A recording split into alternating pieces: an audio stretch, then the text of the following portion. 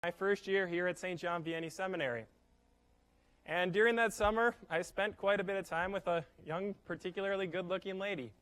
And I ended up falling in love with her. And I started talking a lot about her around the rectory with my pastor, who happened to be Father Michael Becker at that time. And he came up to me one day after I was done talking about her, and he, in Father Becker style, he points at me and hits me in the chest. "Paul, there will always be more. There will always be more." And he also told me that I needed to take a step back from that relationship and spend a little more time in prayer and relate those desires, those feelings for love, to God.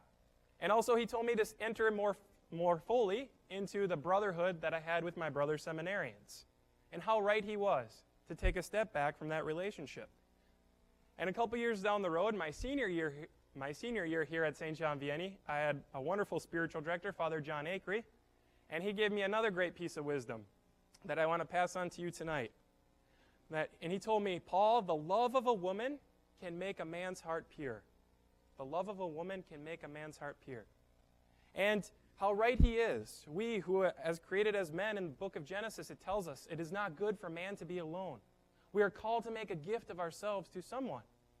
But who is that someone?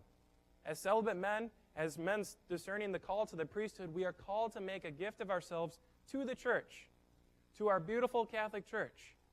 And God, in His wisdom, has given us our Blessed Mother, the Virgin Mary, as the icon of the church. See, she is the icon. She is the person who represents the church. And so we can go to her to purify our heart's desires. She is the person that we can share our intimate thoughts and desires with, for she loves us as she loved her own Son. She, today, who we celebrate in the presentation of our Blessed Mother, she who was given life by God, is brought to the temple today by her parents Anne and Joachim and offered back to God. God gives of Himself and pours Himself out, but Mary gives herself back. Her parents give herself back. So too we in our own lives have been given life by God. And we are discerning, how are we called to give ourselves back to God? How is God calling us to make a gift of ourselves back to Him? And that is what brings us together here at this seminary at St. John Vianney, where we are called to discern what is God's will. How are we to make a gift of ourselves? Well, in Mary's life and in the presentation, we see how did Mary discern God's call?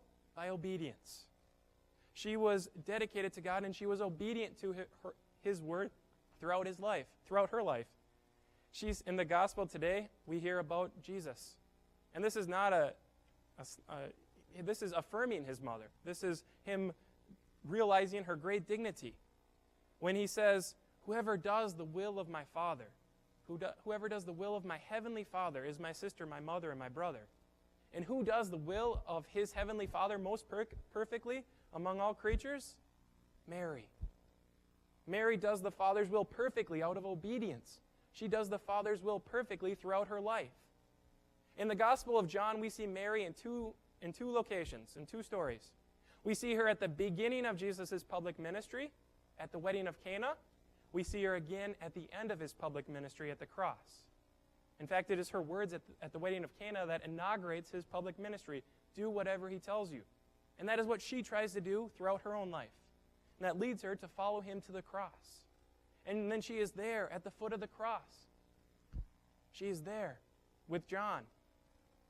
And Jesus speaks to John, who represents us as the Christian disciple, as the Catholic disciple, staying with Christ. He tells John, "Behold your mother." And so Jesus gave us His mother for a relationship, so that we can have a real relationship with her. She is the one who tutored St. Joseph how to live out celibacy.